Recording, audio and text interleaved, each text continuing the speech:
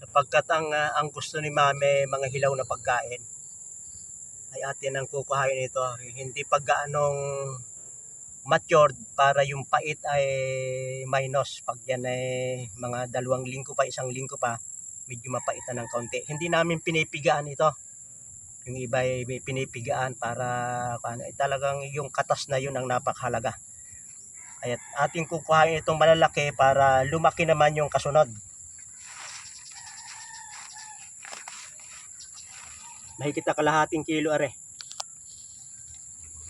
100 ngayon ang kilo. Wala ko kung may tanim ka na kung ito. 200 na palaki mo ng ganyan eh. Kabuhayan naman din. Oh. Kukuha tayo ng 3.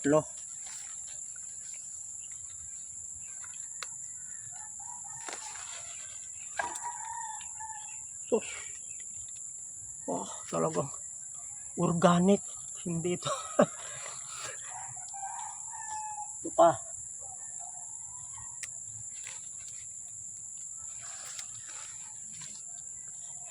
Gawin na nating 4 kaya. Hindi pa kaya mapandin. Ito. Ito isang ito. 5 na. Para ang mangyayari, itong mga natabunan na hindi lumago, lalago yung kan.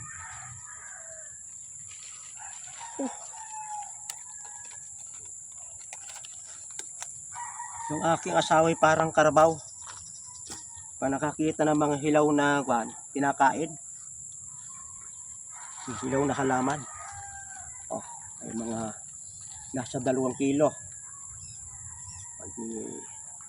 Kung bibili mo yung kwan, 200 na ay sagana pa sa bumba. Inisprehan pa ng may tatapang na kwan. Kaya magtanim tayo ng sa atin para hindi malason yung ating sariling katawan na pinakakain natin. Maraming salamat sa pagsubaybay sa Natural Wellness. Ipasal Bito.